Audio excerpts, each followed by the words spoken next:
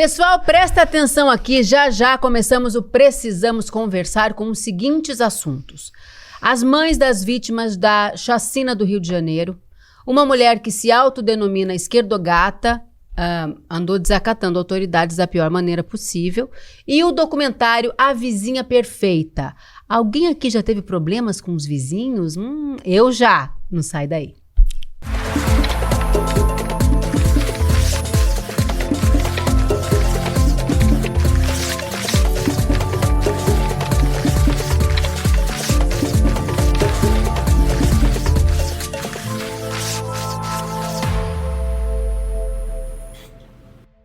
Olá a todos! Mais um Precisamos Conversar entrando no ar. Sejam muito bem-vindos e muito bem-vindas. Eu sou a Juliana Baroni e estamos começando agora o nosso programa que vai ao ar todas as terças às 19 horas aqui no ICL, com reprise nas quartas às 15 horas. Eu estou na companhia luxuosa dessas mulheres aqui, vou apresentá-las, hein? Atenção! Márcia Tiburi, muitos livros no currículo e muitas ideias na cabeça. Viva! O mais novo livro de Márcia Tiburi, olha aqui. A Ninfa Morta. Ela não para de pensar, minha gente. A super cantora e historiadora Açucena, que hoje vai fazer uma palhinha muito especial pra gente. Como né? sempre ela faz. Vai ser surpresa, né? Sim. Então aguardem até o final do programa. E Sara Zara, nossa antropóloga das redes e das ruas. Aplausos, babadeira. Tem placa das redes que o povo me pedir trem que eu não tenho pra dar pra Não é na rua, não. É na rede. O negócio acontece na rede. Aliás, esse cabelo está maravilhoso. Agora tá mais molinho. Agora não tá doendo. Ela falou que semana passada tava puxando ela todinha, coitada. Parecendo um satanás pendurado na cabeça, mas agora tá... Parecia eu quando faço rabo de cavalo, que eu não quero pentear o cabelo, faço aquele rabo alto. Eu fico assim, parecendo uma japonesa. Você vai assistir egípcia. também o Precisamos Conversar no Spotify, que está disponível agora, inclusive em vídeo, tá? Aqui é só gente bonita, elegante, sincera. Mas vamos lá. Bora trabalhar, que hoje o programa tá difícil, gente, porque um velório a céu aberto. Desde amanhã de 29 de outubro de 2025, essa foi a imagem que ficou. Corpos enfileirados na Praça São Lucas, no Complexo da Penha, no dia seguinte à chacina no Rio de Janeiro. Total de mortos, 121. O que se via era o desespero das mães. Vamos falar sobre elas, tá? Elas que foram atacadas pelo ex-deputado federal Arthur Duval. Afinal, é mais fácil culpar quem não tem escolha, não é mesmo? Você viu isso, Márcia? Não teve como não ver, né? Fomos todas impactadas por essa atrocidade, né?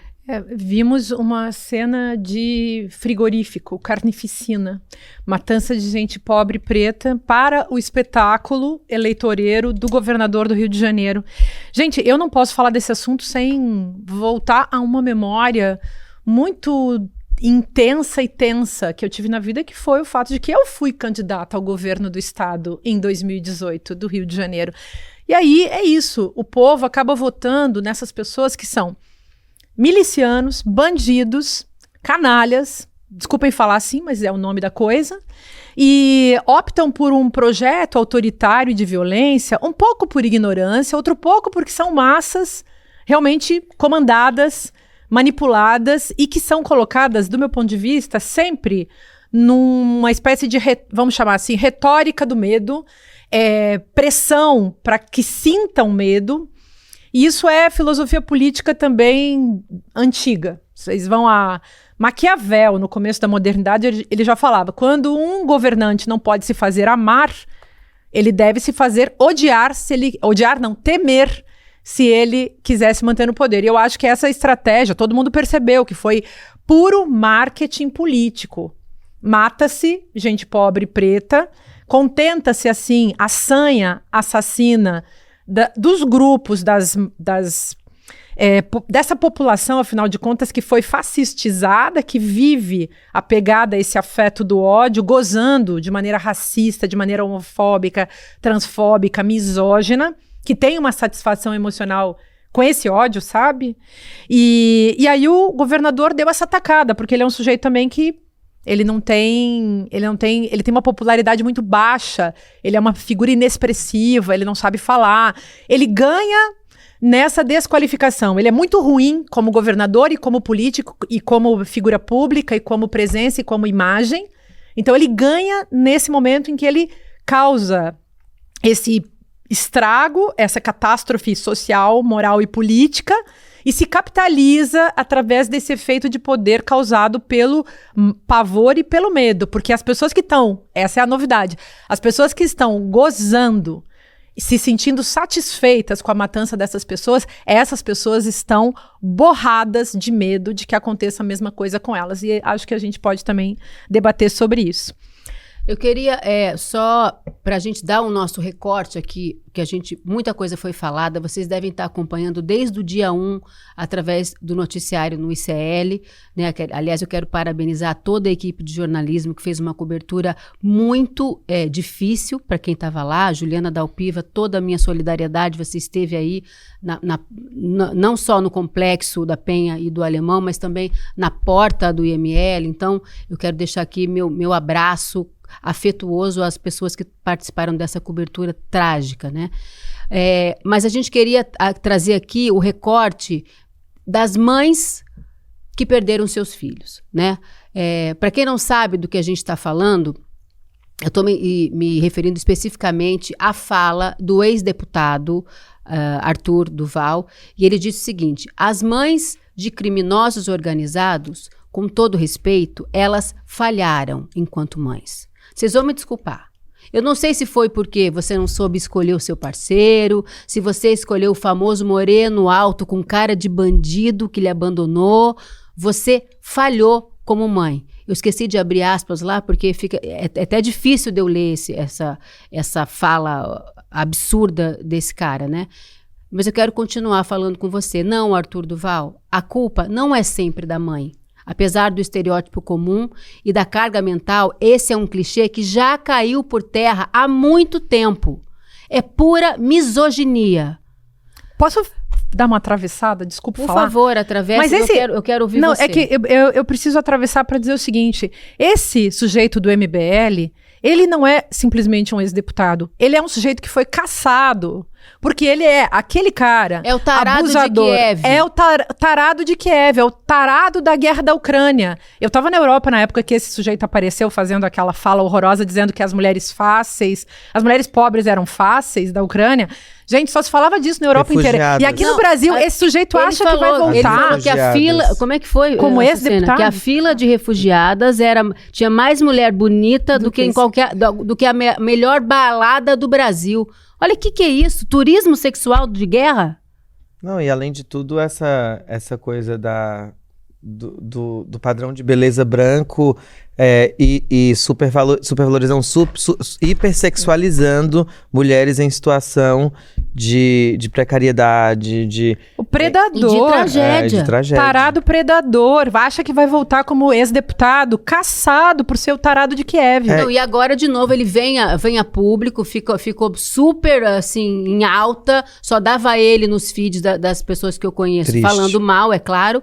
De novo, em cima de uma tragédia. É porque ele é bom em ser ruim. Tem gente que é bom em ser ruim. Então ele investe. Você é sempre perfeita. Ele investe porque ele consegue. Mas eu queria saber se esse discurso dele também vale para todo bandido. Porque o jeito que ele fala, ele relaciona que bandidagem é só pessoas periféricas e pretas. Porque o desenho que ele colocou é isso. Perfeito. E ele deixa claro que as mães de bandidos, né, falharam quando escolheram e deixa lá o estereótipo escrito. Mas eu queria saber se esse discurso vale para mãe daquele rapaz que atropelou o filho e matou de misericórdia de Cissa Guimarães. Cissa Guimarães. Porque foi um playboy, tá? Que então o estereótipo dele é diferente. E bandido, porque ele é um assassino. Um assassino porque estava cometendo um crime, estava fazendo racha. A gente sabe que no Brasil a gente não tem via pública que tenha a capacidade de suportar uma velocidade de racha. Então é crime. Acabou. É crime. Perfeito. E ele tirou uma vida. Túnel fechado, na contramão. Quer dizer, ele não podia ter feito mais cagada. Exatamente. Né? Eu queria saber se esse discurso também vale para aquele playboy que pegou uma Lamborghini, sei lá, e arrancou o braço de um rapaz que estava andando de bicicleta porque também estava em alta velocidade. O Geyer, por exemplo. A gente sabe que o histórico do Geyer é de dirigir bêbado e de atropelar e matar pessoas. Aí eu quero saber se esse discurso também vale pra mãe desses aí. Agora, nenhuma coisa ele não errou pra mim. Essa questão da gente escolher errado o pai do filho. Eu não sei se esse cara tem filho ou se ele vai ter. Se alguma mulher conseguir relacionar com esse homem a ponto de ter filho, aí, infelizmente, eu vou ter que concordar. Ela tá errando já do começo de deitar e deixar um homem desse gozar dentro dela. Aí a verdade vai virar uma absoluta. O tarado de Kiev, você tá dizendo? O tarado de Kiev. Tá. Como é que vai ter um Que filho se como acha desse? um galã, Com um né? histórico desse. Aí ela tá... Ele é Desse muito... tamanho aqui, Gente, você acha ele é um muito galã. barango. Aí nossa. ela tá escolhendo feio. mal mesmo Ele é pra muito poder... Ele é feio por barangão. dentro e por fora. Nossa, ele é horroroso. E tá aí se capitalizando nessa história, né? Se capitalizando porque chegou, fez esse discurso grotesco, ainda é a mesma lógica. O sujeito faz o discurso grotesco, infame e ridículo, causa efeitos de poder, aparece em toda a mídia de esquerda, então a gente tem que desmontar isso, porque é a hora que a esquerda começa a trabalhar para a direita, né, gente? É, Não, porque mas a gente peraí. acaba que reproduz pra poder combater, e aí o que ele quer fica em evidência. Porque uma pessoa que fala isso, ela não quer saber a desgraça que vem depois, o resultado negativo, ela quer um resultado, né? E aí ele consegue. E tem uma questão populista aí, que eu acho que a gente tem que discutir, complexizar, que me preocupa muito, que é a discussão sobre segurança pública no Brasil.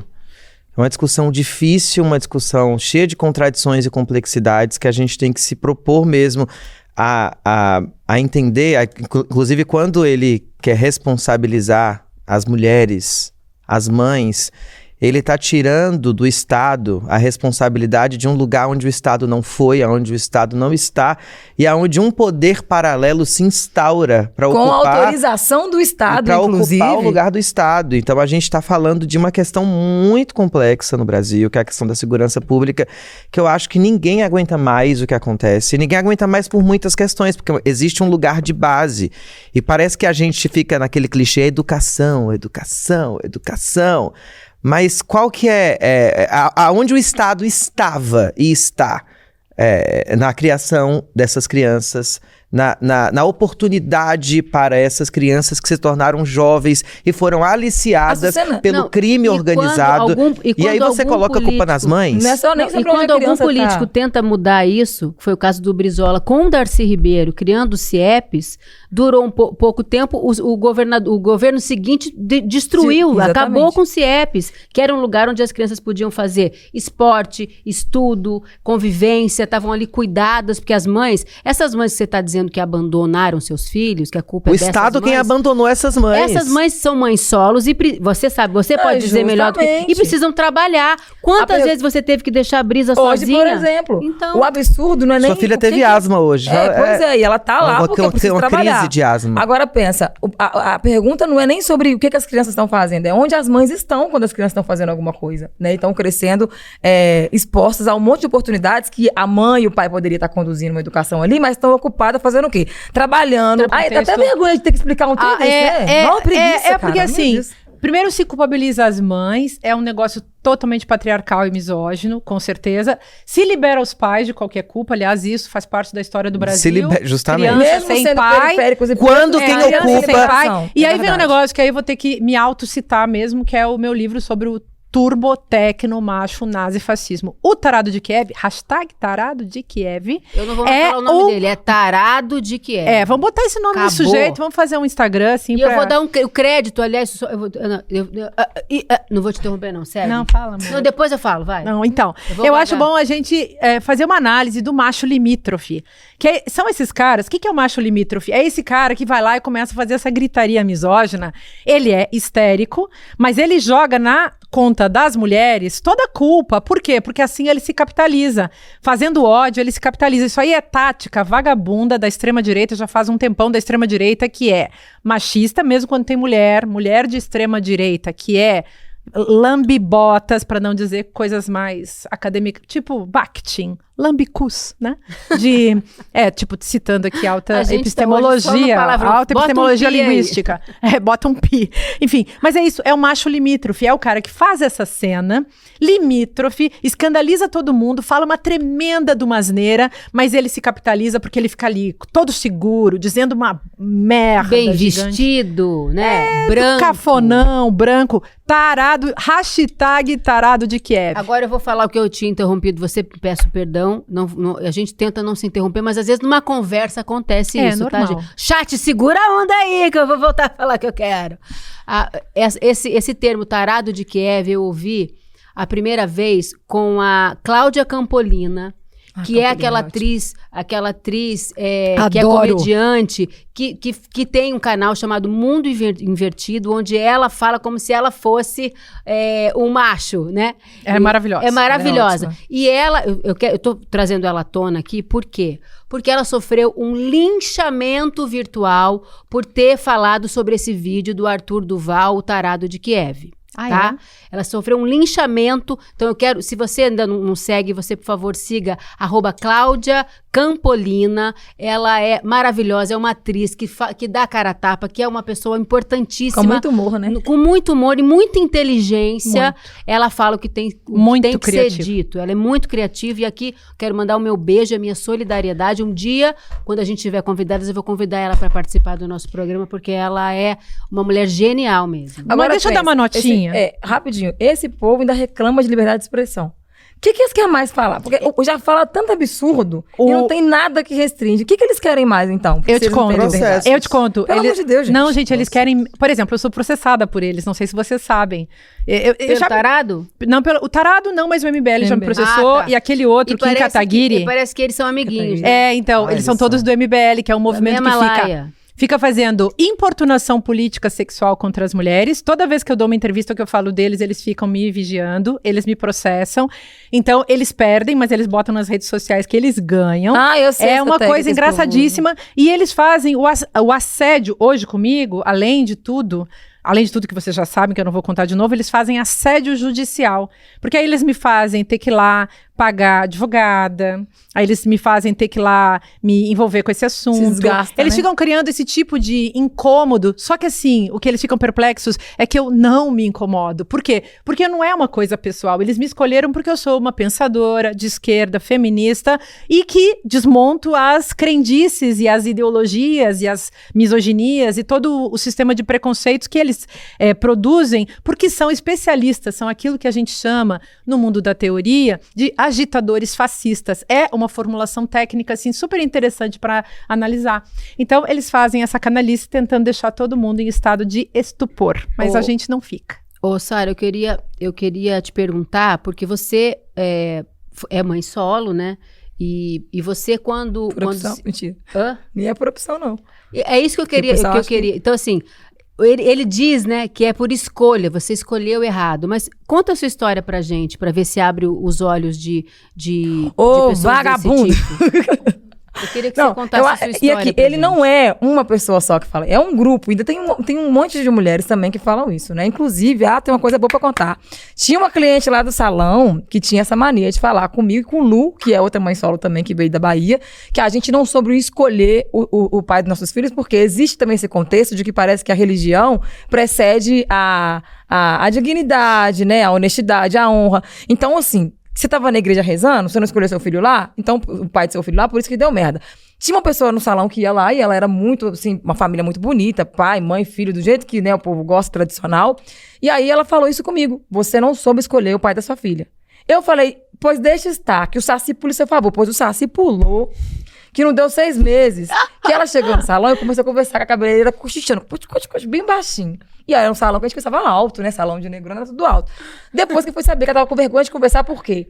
Descobriu-se que o marido dela estava ficando com outra pessoa, inclusive da igreja, sabe? Pegou o bafo da igreja que não falha. E aí ela foi entender que não é sobre saber escolher. Na verdade, a gente não escolhe nada. Se a gente fosse esperta, a gente nem filho, a gente tinha outra. 2005 ou de 2000 pra cá. É verdade, ninguém escolhe nem... Gente, não se escolhe. Não tá escrito na cabeça de ninguém. Será que a mãe do tarado de Kiev escolheu ter ele? Duvido. E será que ela falhou na educação dele? Cara, eu acho que ela fez o melhor que ela pôde. Mas olha a merda que deu. É muito triste isso, essa responsabilidade sobre as mães. Inclusive, é um discurso que as pessoas LGBT, que é a PN+, sofrem muito, né?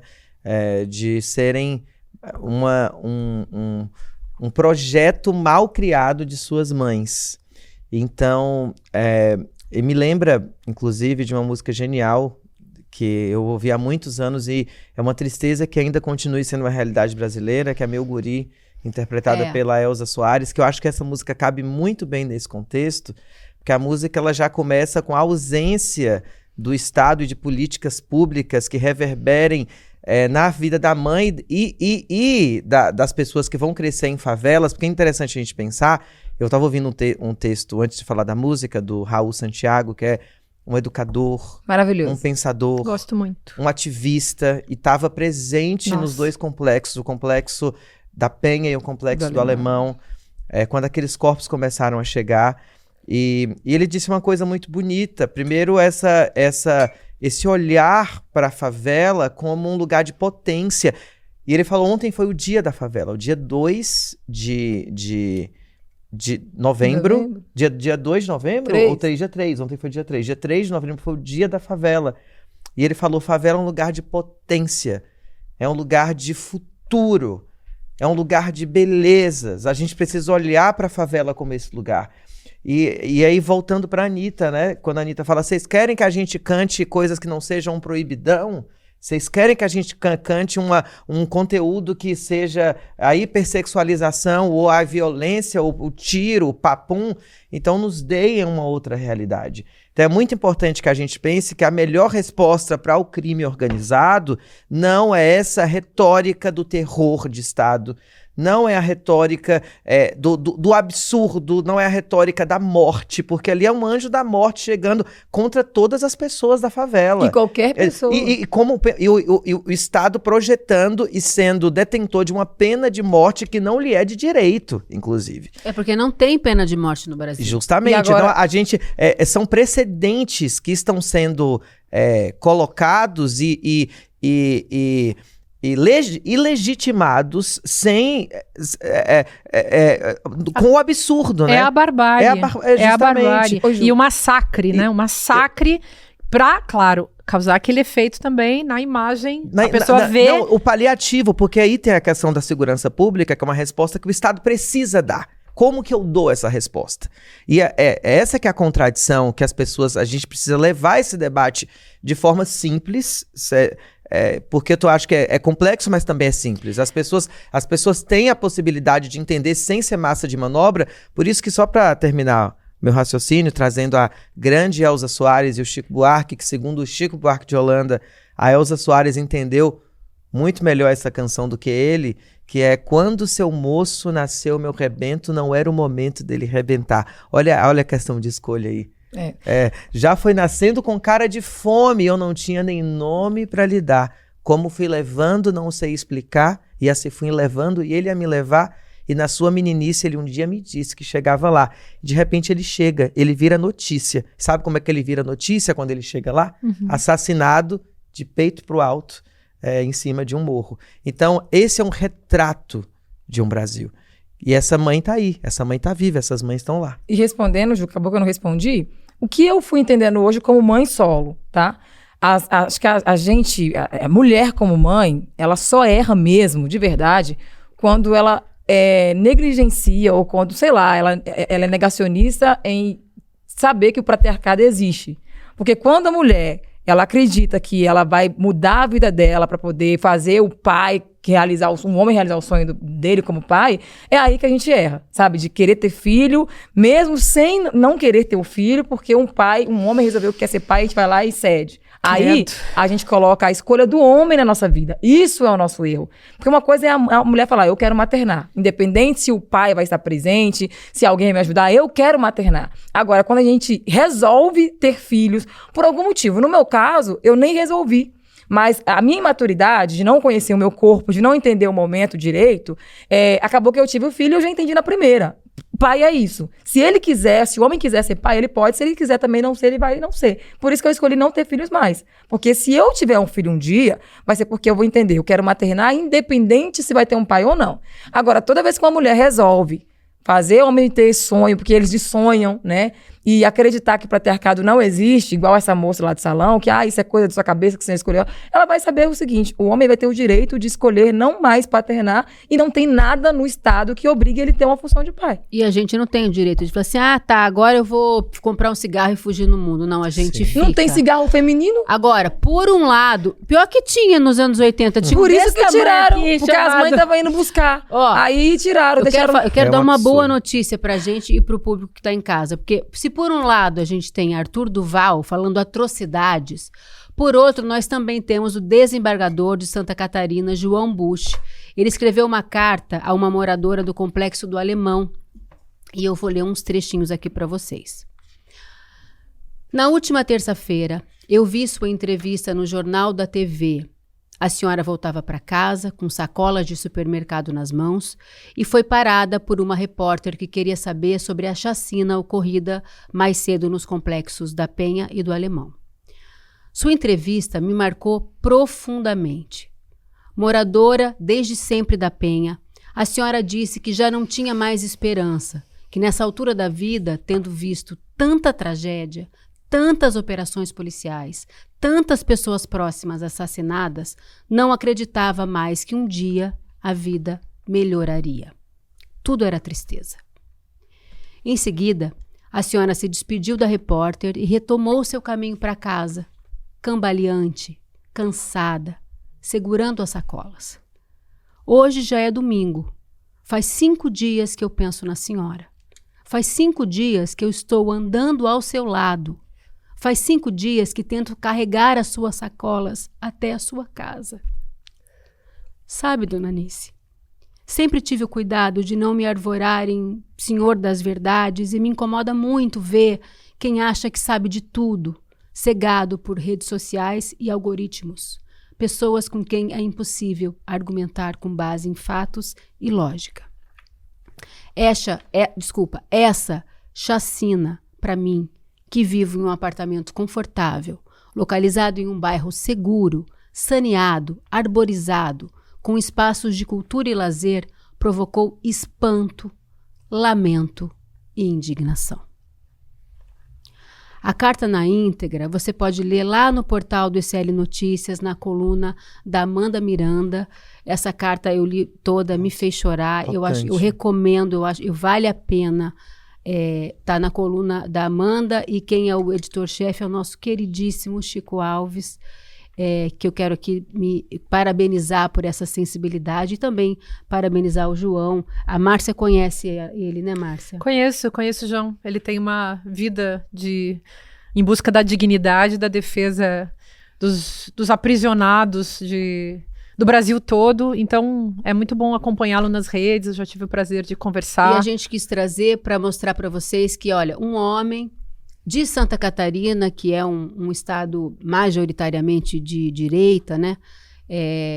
A gente trouxe aqui uma boa notícia, porque ainda há esperança, né? Quando existe gente, né? Existe gente, humanidade nas quando pessoas. tem compaixão, né, gente? Temos futuro. Tem gente atrás. Aqui a gente está celebrando o óbvio, e é o mínimo, mas é bom a gente frisar e dar palco, não só para quem fala atrocidades, mas a gente também tem que dar palco e dar espaço para quem tem uma atitude tão humana como essa, né? Agora vamos mudar de assunto. Precisamos conversar sobre a esquerdogata. Não mudou de assunto. Pois é. Vai ser difícil defendê-la. Só mudou o gênero, mas enfim, continua. Essa que se diz uma influenciadora de esquerda depois que o estrago foi feito. Peraí, eu vou explicar. A influenciadora Aline Dutra, conhecida como esquerdogata, foi presa por desacato, resistência e injúria racial contra policiais militares. Ela se identifica como uma comunicadora popular e publica conteúdos políticos com viés de esquerda. Pois é, só que viralizaram alguns vídeos mostrando ela zombando de policiais, chamando os agentes de fascistinhas e desdenhando do poder econômico e da origem deles. O advogado dela entrou na rede social dela também para falar em seu nome e disse que ela estava sob efeito de álcool, de remédios controlados e que sentiu muito medo da polícia, por isso agiu daquela maneira. Eu conto ou vocês contam? O álcool. Segundo ele, ela não é racista de jeito nenhum. Nem elitista, nem classista. Mas é alcoolista. Ou seja... Ô, gente, que estrago, hein? Ela já veio, pediu desculpa, disse que foi arrogante sim, mas que o que ela cometeu não foi injúria racial. Mas a questão que eu quero trazer aqui pra gente, além de muitas outras que a gente já tá na cabeça, é o seguinte. Se ela estava realmente entorpecida e com medo da polícia, O que tá fazendo lá? dá pra perdoar? Dá pra acolher porque ela é uma mulher e uma mulher de esquerda? Vai, Sara. Não, teve um pessoal que falou assim, Sara, conta pra ela, né, vocês Sara? ficam... Conta aí, Sara, conta não, aí. vocês ficam descendo pau na pessoa que contribui pra pauta de vocês. Falei, primeiro, quem tem a mania, o hábito de ficar passando pano pra tudo quanto é merda e atrocidade é a extrema-direita. Eu acho que toda vez que a gente que se declara como pessoa progressista de esquerda, né, que tá contra esses conceitos aí, se a gente faz merda, tem que ser pontuado. Eu, você, todo mundo. Só que assim, né, o que eu falo, gente, bolsonarismo não é sobre lado político, é um comportamento.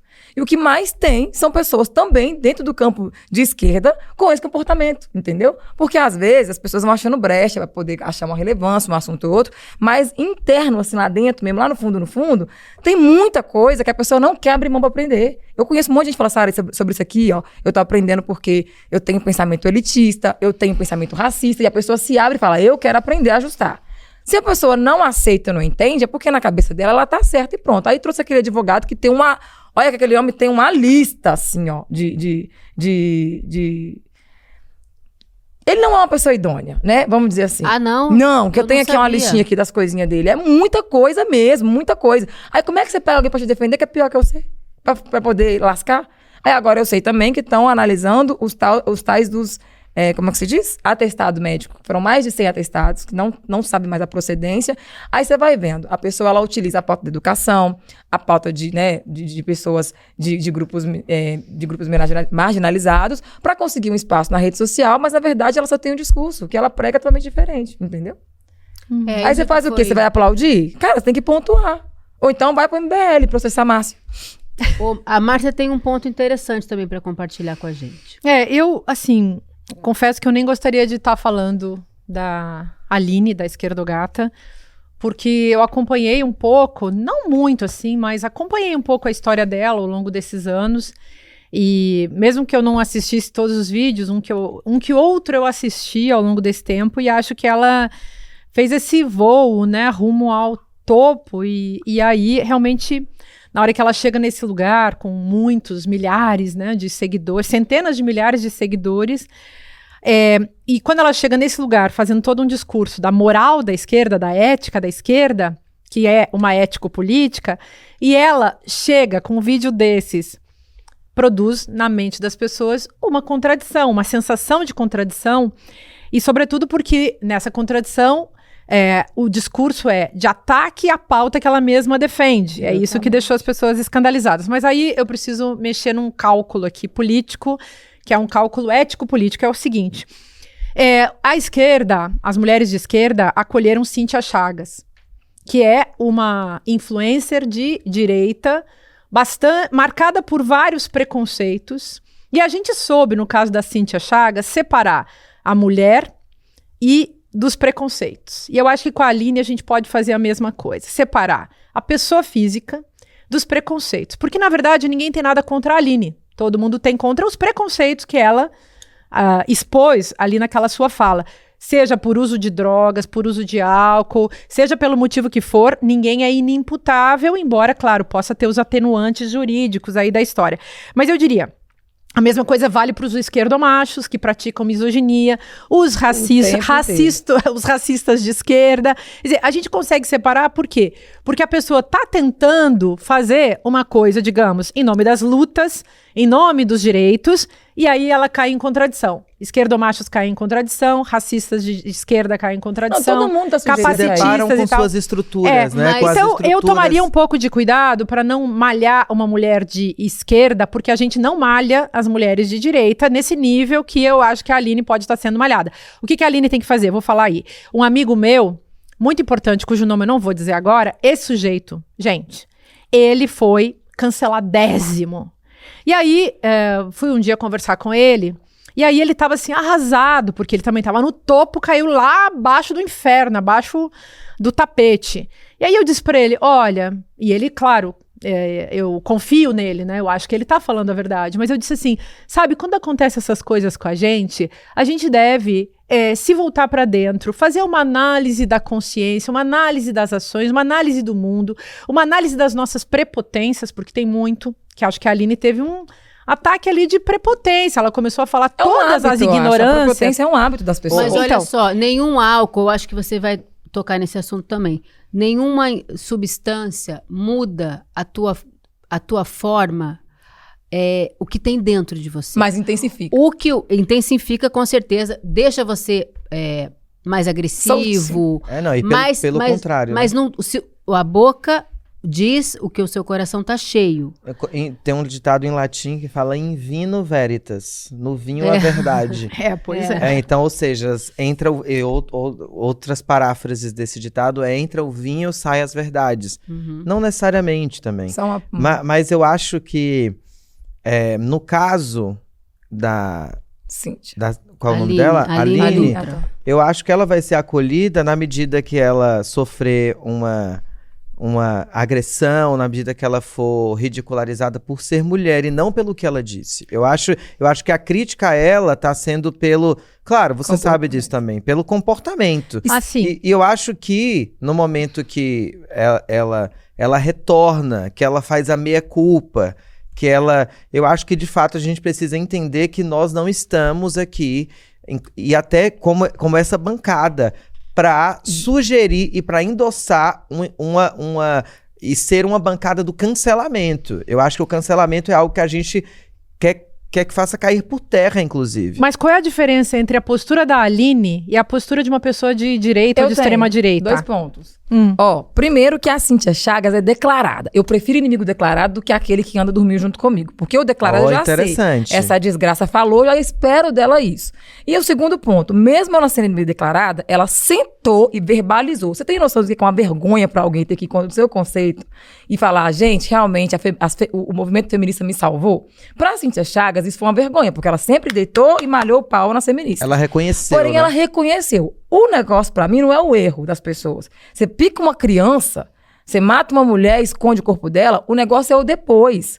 E aí a pessoa reconhecer a parte do que ela tem que reconhecer. No caso da menina, da Aline, ela não se preocupou em vir se desculpar. Gente, era só ela vir se desculpar. Reconheça a sua miséria, falar, gente, amor. Puta que pariu. Nem eu sabia que eu tava numa desgraceira dessa. Mas, gente, pode chamar aquele velho. Assim, Puta que pariu. O advogado diz que ela tá arrependida. Eu tenho certeza que ela tá Mas ele disse, não foi ela que disse. Não, mas não é então, isso, gente. Mas agora, eu queria só dizer uma coisa. Eu acho que, assim, a nossa tristeza, a nossa surpresa, que nós todas, que sempre acolhemos ela bastante. Eu conhecia ela. Éramos todas bem unidas, assim, né? O pessoal da internet, até a Carol Sardá, que trabalha com a gente também, é muito próxima dela e tal. O que acontece é que a gente fica muito mais decepcionado quando uma pessoa diz nas redes coisas importantíssimas e que a gente está totalmente alinhado de acordo, e de repente você vê ela dizer tudo em prática, né? Na prática, porque uma coisa é você, se aquela hashtag MeToo, a galera do hashtag que surfa em todas as ondas, quando você vai ver na vida real, ela não prega o que ela posta. E aí mostra muito... Essa é a grande questão. Eu acho que isso mostra muito a superficialidade dos debates nas redes sociais. E um detalhe a mais que eu gostaria de levantar. Vamos pensar do ponto de vista da diferença, porque ela fez o discurso da direita, sendo que é uma pessoa de esquerda. Qual é a diferença, então? Gente, aí vamos para psicanálise, assim, vamos para um pouquinho mais profundo da história. Qual livro? Vamos pro livro. Que tem a ver também com a... Não, Sara. Qual o seu livro? Não, falando que eu gosto dos livros que a gente já vai coisar. Tem uma diferença entre a esquerda e a direita, embora a Aline tenha feito o típico discurso da direita e a postura da direita. Então, parecia uma madame de extrema-direita fazendo aquela cena de humilhação. E isso causou realmente um desconforto imenso nas pessoas e um choque até mesmo, né? Mas eu acho que tem uma coisa que é o aprendizado, Sara. O aprendizado que a gente pode ter nesse tipo de situação. Sobretudo quem é branca, sabe? Quem é branco e quem é de classe média e quer ser de esquerda. Que é o seguinte, todo mundo nessa sociedade patriarcal, racista, para falar de livro patriarcal capacitalista, como eu escrevi no mundo. Tá vendo? Disputa. Sempre tem um livro. Ela me zoa, ela tem razão. Ela me zoa porque ela tem razão. Mas enfim, e aí, então, esse patriarcal capacitalismo, que é esse sistema de opressão pesado, tá dentro de todo mundo. Sim. E aí, qual é a diferença? É a gente lutar contra isso ou a gente tá a favor disso? Mas isso tá dentro e a pessoa projeta. A extrema-direita projeta e ataca os outros. A direita, a extrema-direita projeta e ataca os outros. A esquerda vê esse negócio e combate. Essa é a diferença. E por isso eu acho que as pessoas têm que tomar muito cuidado quando elas são brancas. Quando elas estão numa posição de privilégio, tem que ser cuidado redobrado. Verdade, a gente está num processo de letramento, de aprender as coisas. De letramento, tem que passar que por é aí. eterno, né? O negócio que eterno. todo dia vai ser um pouco. Eu acho que a gente tem que discutir sempre o que é o cancelamento. Eu acho que o cancelamento não é um lugar para ninguém. Inclusive, se estamos discutindo educação, se estamos discutindo o complexo da maré e do alemão, se estamos discutindo a questão presidiária no Brasil, é porque a gente acredita que as pessoas podem mudar. Então, não, é um contrassenso, é um contradiscurso, inclusive, a gente cancelar as pessoas e, ao mesmo tempo, construir uma política de... Ou seja, mas como alguém da esquerda que cometeu um crime e está reconsiderando tudo isso, é possível essa pessoa retornar? Eu acredito que é possível, porque se não for possível, a gente vai se guetificar, não acreditar na educação e não acreditar na mudança das pessoas. Mas aí eu tenho um ponto. Então, não, Mas, gente, assim, ó, tem um negócio cancela. Você sai da roça, mas a roça não sai de você. Se você sai de uma classe, a classe não sai de você. Então é bom você ter sempre essa memória, que se você tem uma ética... E você, digamos, veio lá da burguesia branca. Se você tem uma ética, é bom você lembrar disso, que você não deve atuar na contramão da sua própria ética. E a questão do cancelamento... Isso é letramento. O cancelamento só existe, Sucena, quando você se cancela, entendeu? Eu falo por mim, quando aconteceu lá no negócio do Big Brother no começo do ano... mas assim, depende também. Quando eu conversei com Vanessa Camargo, por exemplo, que ela saiu do Big Brother, depois daquela furdunço todo que teve, que é da questão racista com o Davi e tal. Eu fui a primeira pessoa, depois que ela saiu, que a gente sentou e conversou. Eu levei pra ela o que eu acredito, que eu confio. Menina, que o povo queria me bater, me picar com faca de passar manteiga. Porque o pessoal falou, ela é vendida, ela é isso e aquilo. Só que dentro da conversa que eu tive com ela, eu fui com a minha convicção no que eu acredito, no que eu prego e que eu pratico de verdade. Então eu falei, gente, quem me cancela sou eu. A partir do momento que eu tenho um comportamento ao contrário do que eu prego, então eu não vou ter força, eu vou combater o cancelamento. No caso da Aline, amiga... O que ela praticou lá é a verdade que ela tem em si. E é só mudar, pronto, acabou. Mas ela tem que reconhecer pra mudar. Enquanto ela não reconhece, ela não vai ter força de me falar outra coisa, porque o discurso não tá batendo. Sem arrependimento. Exatamente. Eu amo essa frase. Quando eu falei sobre a Vanessa Camargo, eu fui lá crente do que a gente tinha conversado, porque era a minha convicção dentro de uma luta que eu acredito, que é do antirracista. Vai fazer o que com racista? A gente pode pôr fogo? Não. Pode matar, pode bater? Não pode. Então fazer o quê? Ressignifica o resto do caminho. Mas ela te procurou pra conversar e pra aprender. Justamente por causa dos conteúdos que eu tava fazendo, acabando com a raça dela cada vez que ela fazia uma gracinha. Então eu fui com uma janela de conversa aberta, ou seja, ela respondeu, porque eu falei. No caso da Aline Esquerdo Gata, já que ela que falou, não foi alguém que disse, ela que praticou, ela tinha que vir e conversar do mesmo jeito, entende? Porque como a gente vai entender o arrependimento se a gente não escuta? Aí, ao invés dela fazer isso, começou a ficar mandando mensagem pras pessoas, entendeu? Perturbando. O problema foi que só piorou. Ela começou a discutir por DM com as pessoas. E aí, eu acho que é uma bola de neve, as pessoas, porque a convicção ainda é outra, entendeu? Ela não aceitou que ela teve esse comportamento. Então, ainda tá trabalhando, ainda tá atuando com arrogância, apesar de saber mas eu acho que errou. nós também somos arrogantes no lidar com essas pessoas. Existe uma arrogância e existe até um se arvorar sobre quem cai. Tipo assim, eu sou melhor do que você. Mas cuidado, a estrutura existe. É isso que eu tô falando. E assim, gente, uma coisa que a gente não pode deixar de pensar é sobre idealizar os grupos minorizados como se nós não pudéssemos ser escrotos, mesquinhos, sacanas, canalhas. E sim, Isso é bem existem colocado. pessoas trans, Exato. pessoas pretas, mulheres, indígenas... Que não prestam. Que não prestam. Por quê? Porque nós somos humanos. E essa humanidade... E até quando essa idealização acontece... Ela é um preconceito. Há um racismo quando você acredita, porque eu acreditei porque eu era uma mulher preta. Amor, é um racismo também. A questão judaica, inclusive, a explicação da questão judaica nazista, ela era pela superestimação. Os judeus são mais inteligentes, eles são mais ricos. Não, o judeu é só mais um povo. Ou seja, os indígenas são mais isso. Não, os indígenas são um povo. E como se a pessoa, por ter sofrido e fazer parte de uma minoria, Ela não... de um grupo Como se ela não menorizado tivesse politicamente, direito de ser ruim. Direito ela não gente. tem, né? Mas, digamos assim, é como se essa pessoa não tivesse falhas. Você tem toda a razão. Desumanização, Por né? falar Porque em falhas, uma eu quero desumanização falar também. uma coisa aqui pra vocês. O documentário A Vizinha Perfeita tá sendo muito comentado, foi premiado no Festival de Sundance e dá para entender tanto sucesso. É realmente muito bom, gente. Muito, muito interessante, muito forte. Mas, não vamos dar spoiler aqui não, mas o que eu posso dizer é que ali o que rolou foi o caminho do mal até as últimas consequências. Vamos falar sobre até que ponto um vizinho pode ter razão. Qual o limite de um vizinho? Como ser diplomático com um vizinho? Esse assunto, acho que é muito gostoso e muito comum a todos, né? Todo mundo tem uma história com algum vizinho, seja ela boa, nesse caso péssima, ou má. Alguém quer começar? A Sucena quer começar a contar alguma história com um vizinho? Como é que é a Sucena? Começa rindo, né? Já entregou o jogo. Já entregou tudo. Eu fui a vizinha perfeita.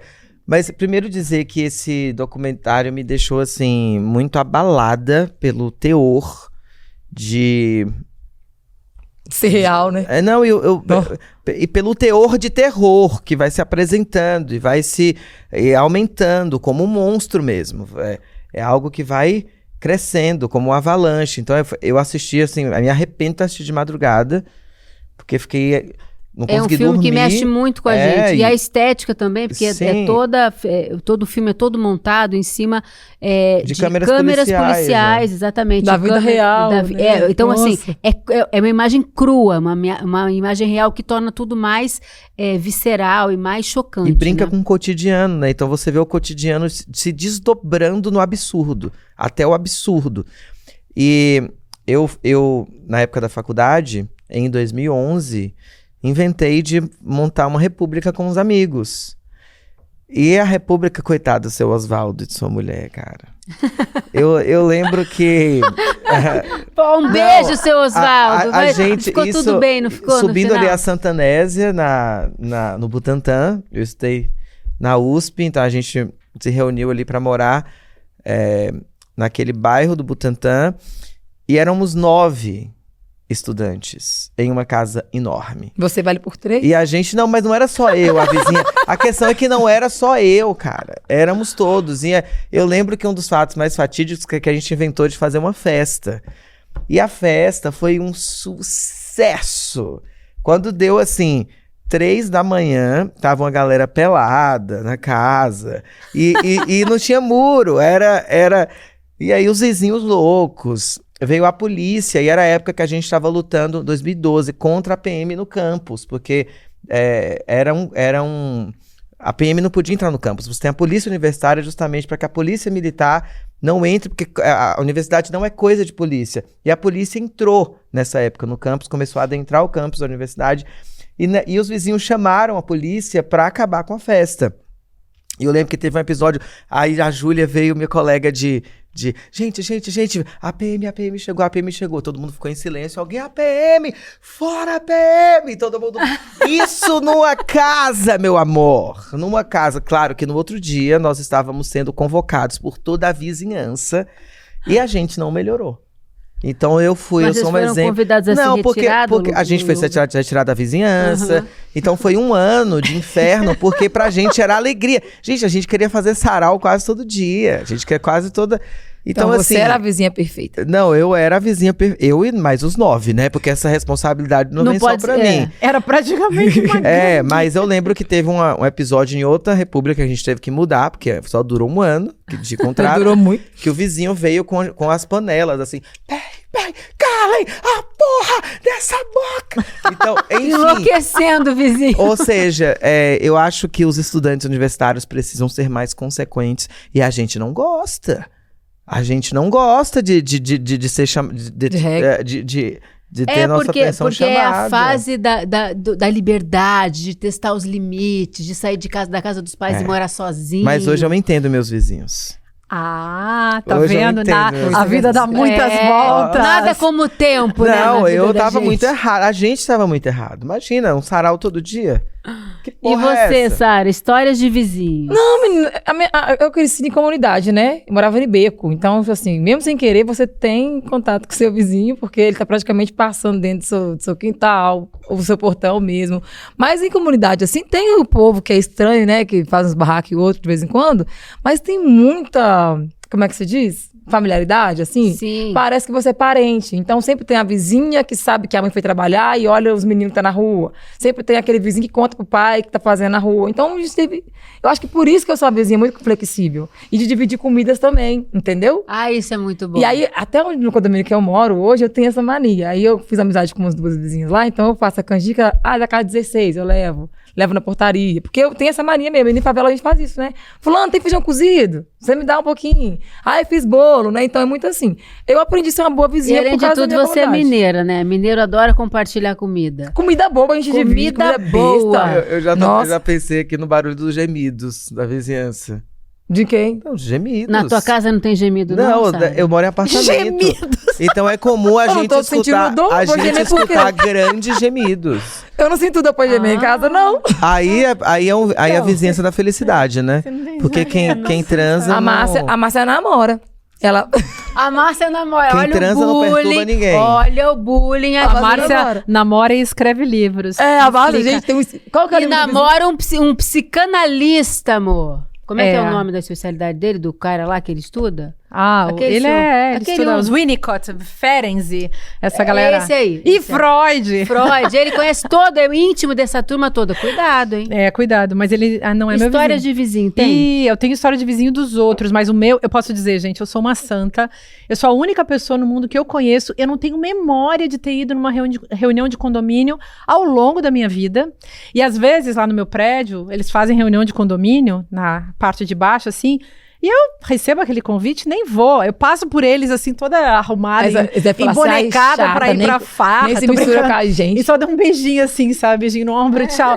Porque é muito fácil quando você paga o condomínio e eles ficam lá resolvendo os problemas. Eu até agradeço pra minha vizinhança, cujo nome eu conheço do meu prédio, acho que 2 pessoas, tem uns 30 apartamentos, mas eu só conheço 2 pessoas porque eu realmente não tenho nenhum contato com... Quando os meus vizinhos de porta eram pequenininhos, eles iam pra minha casa criança, né? Comer sanduíche, brincar e tal. A minha filha se escondia dos vizinhos, porque ela tem pavor, assim, de criança pequena. Ou tinha naquela época que ela era adolescente, né? E eu não tenho história pra contar, embora isso que a Sara tenha vivido de... comunidade, quando você mora em casa e mora ali na periferia, isso tinha na casa da minha mãe, isso tem até hoje lá na galera onde ela mora. Eu acho fofo, sabe? Não, Eu isso estranho bolo. sabe, Eu o jeito que eu tenho. moro. Você nem conhece as vizinhas, né? Não, calma, hoje, mas na rua da minha infância, desse vizinho que eu quero falar, dessa vizinhança que eu quero falar. Eu fui uma criança que brincou na rua, eu, meu irmão e as minhas eu também. amigas da rua. Então a gente eu ia também. pra escola, voltava da escola, almoçava e era o dia inteiro na rua de pé descalço. Cara vermelha de sol. Tinha assim, Bom umas demais. 10 meninas, mais 10 meninos, era uma gangue naquela rua, todo mundo muito, muito bem comportado. É claro que os meninos um pouco menos, tá? Eu vou dar posso contar várias histórias do meu irmão Rui, que era o craque da bola.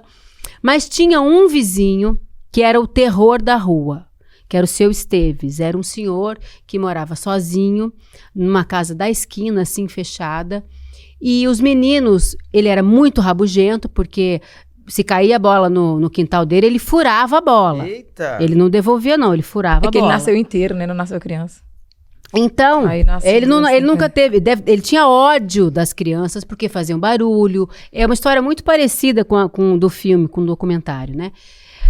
E aí, um dia os meninos, para irritar ele, começaram a jogar pedrinha na janela, que ele deixava a janela da casa dele toda fechada, para não ter contato com ninguém lá de fora.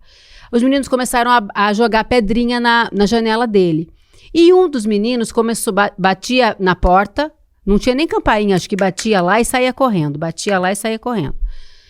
E um dia, ele ficou muito irritado, começou a xingar muito lá do lado de dentro da casa, e os meninos estavam na calçada dele. Ele falava, sai daqui, peste, sai daqui. E aí teve um dia um menino preto retinto, filho da dona Canuta, que era filha de escravizado. Ela já era bem velha e tal. Ele fez essa brincadeira, os outros todos branquinhos fizeram, não deu nada. Esse menino preto retinto fez, que era amigo do meu irmão. E sabe o que o seu Esteves fez? Ele ferveu água e jogou no menino. Que horror. Que absurdo. E olha que absurdo, ninguém chamou a polícia.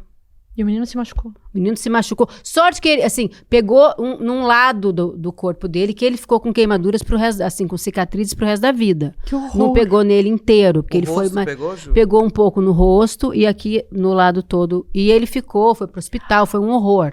Uma cena horrorosa. E não aconteceu nada com o seu Esteves. Ele não foi preso, Ele né? não foi preso, não aconteceu. Acho que nem denunciado foi. Que seria em 1900 e... Isso 82, 83, uma coisa assim. Nossa, que horror. E É aí, o documentário que a gente assistiu. É o documentário que a gente assistiu. Quando eu vi, e assim, aí ele continuou sendo... E os pais... O que a vizinhança fez? Em vez de expulsar aquele velho horroroso dali, a ordem era, não chega perto da casa do seu Esteves, para não acontecer de novo com você. E pesei, né, o clima. Mas deixa eu contar uma coisa pesada também. Eu não vi o documentário, tá? Tem a ver. Eu não vi o documentário, mas tem um filme famoso que chama O Homem ao Lado, que é um filme argentino de 2000 e pouquinho, assim, que é de dois cineastas, Con e Duprá. Eles fizeram esse filme em cima da história de dois vizinhos. Um cara que mora na única casa que tem do Le Corbusier na América Latina, lá em Buenos Aires, e é um arquiteto, um designer, um cara todo. E a história de família. E aquela família burguesa mais ótima, até que chega um vizinho que resolve fazer um buraco na parede e olhar pra casa deles. E aí, gente, aí é aquela história. Aí in vino veritas, né? Aí a verdade vem à tona. A verdade dessa família burguesa é punk. Eu recomendo muito, acho um filme fabuloso. Uau, já vou... Em cima dessa ideia do que é esse encontro com a alteridade do vizinho, né? O Nebenmensch, o muito próximo, né? A pessoa que tá ali do seu lado, que é onde aí a coisa aperta. Olha, mas eu queria também contar, pelo menos alguém tem alguma história boa, pra gente não acabar achando que os vizinhos são todos horrorosos. E eu tenho. Eu mesma falo, eu mesma falo que eu tenho. Eu sou muito assim, eu quero falar, quer aparecer, né? Paquita, volta Tá precisando, né? Paquitas no palco agora. Nossa, mas olha até só. parece. Nessa mesma vizinhança, para a gente ficar com uma péssima ideia da minha infância, nessa mesma vizinhança a gente tinha exatamente o que você compartilhou. Tinha uma vizinhança de portas abertas. A gente entrava e saía da casa, as crianças da casa umas das outras. A gente brincava, passava o dia na casa de uma pessoa ou da outra, cada dia na casa de um. As mães faziam bolo. A minha mãe não fazia porque estava trabalhando fora. Minha mãe era a única que trabalhava fora. Dá o fermento. Dá o fermento. Dá o fermento. Você tem açúcar, pega açúcar emprestado, não sei o quê. E o meu avô era o grande Papai Noel dessa rua. Ele que fazia a área de lazer da rua, pintava amarelinha no chão. Ele era o seu Arriva, que todo mundo falava, o seu Arriva era meu avô Nene, mas para a rua ele era o seu Arriva, que era o grande Papai Noel de todo mundo. A gente fazia festa junina coletiva, cada um fazia alguma coisa. A gente fazia natais coletivos ali. Então eu tive uma infância extremamente feliz por conta desses vizinhos, por conta dessa rua, a Rua da Pinto, que eu morro de saudade, porque foram os melhores anos da minha vida. E depois eu fui embora pro Rio com 11 anos e eu deixei todo mundo lá. E eu morria de saudade. Vamos fazer uma festa lá nessa rua. Era pra levantar o astral, olha o que aconteceu.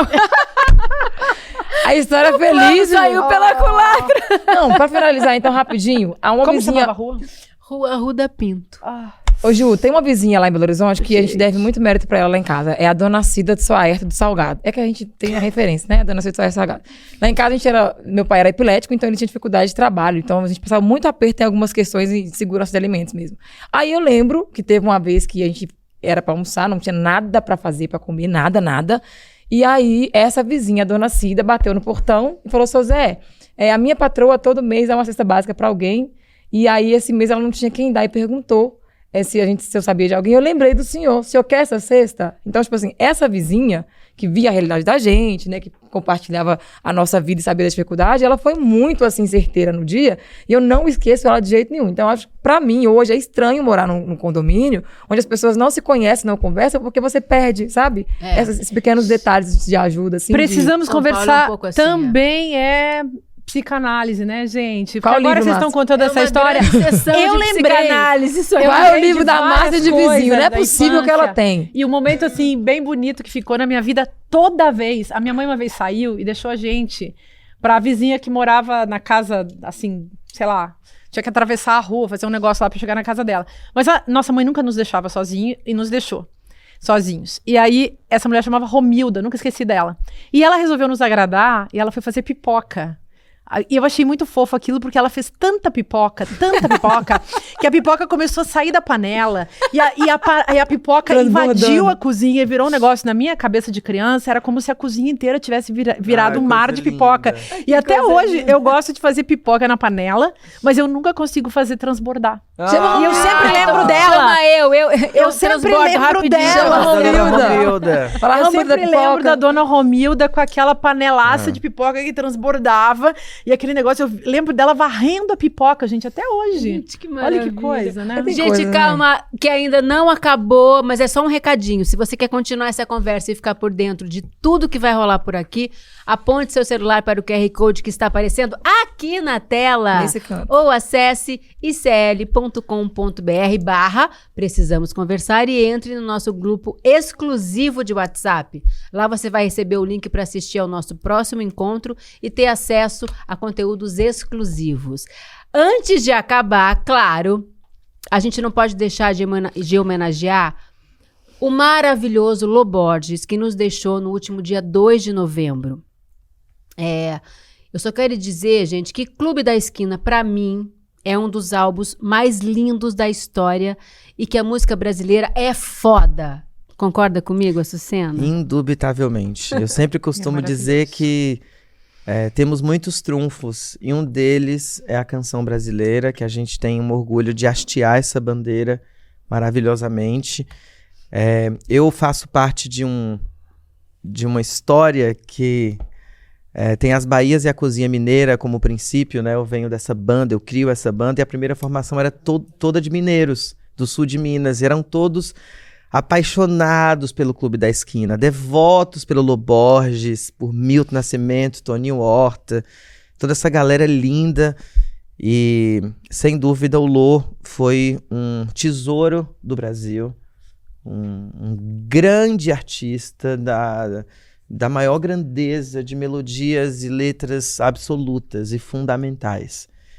E acho que todo o nosso carinho, todo o nosso amor ao Brasil e às Minas Gerais, aos mineiros e àquela esquina entre a rua Divinópolis e Paraisópolis, entre o paraíso e o divino, só podia nasce o ser. Clube da Esquina. É lindo demais. E para homenagear o Lô Borges, a Açucena escolheu uma música para cantar. Qual será?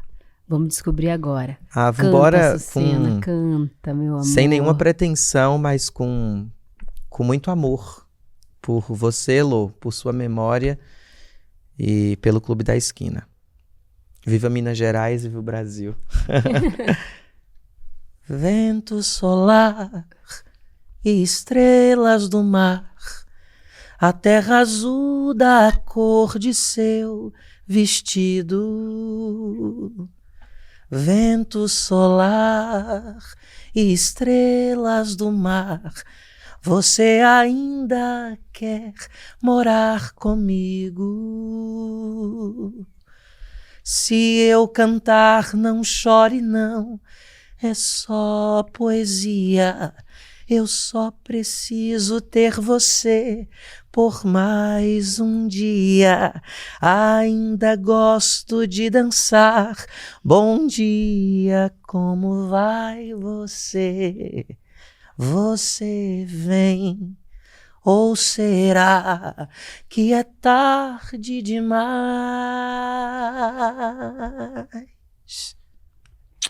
Que coisa linda! Essa é a nossa homenagem ao maravilhoso, inesquecível, genial Lô Borges. Até a semana que vem. Mineira aqui, Um ó. beijo. Das Um minas. beijo, Nossa, gente, meninas. foi muito Olha, bom. hoje a gente tá muito chorona. Olha aqui, aos prantos. Oxi, mas tá chorando, hein? Turma, ficou pronto o meu novo livro que se chama É Só um Jogo. E se nada disso for real? O livro que eu escrevi até hoje, é o 13º livro que eu escrevi, que eu mais gostei de escrever. Uma provocação filosófica, assim, super inovadora. Traz conceitos de matemática, filosofia, física e discussões que todos nós temos no nosso dia, mas de uma maneira totalmente nova. E eu diria até num estilo que revoluciona esse tipo de literatura. Eu vou lançar esse livro no dia 9 de novembro, um domingo, às 8 horas da noite, e vou falar sobre tudo o que está acontecendo, que as pessoas não têm nem ideia nesse mundo da inteligência artificial, e explicar para vocês de onde vieram os insights desse livro. E até vou ler um trechinho para vocês. O mais legal é que, além desse encontro incrível, vocês vão ter a oportunidade de adquirir o livro por um preço super especial e autografado. É o livro que eu mais gostei de escrever. E eu acho que vai ser o livro que vocês vão mais gostar de ler. Não que vocês vão sair do livro todo animadinho, não. Mas vão sair com a cabeça, ó, pirando. Aquilo que um livro deve fazer com as pessoas. Um abraço e até dia 9.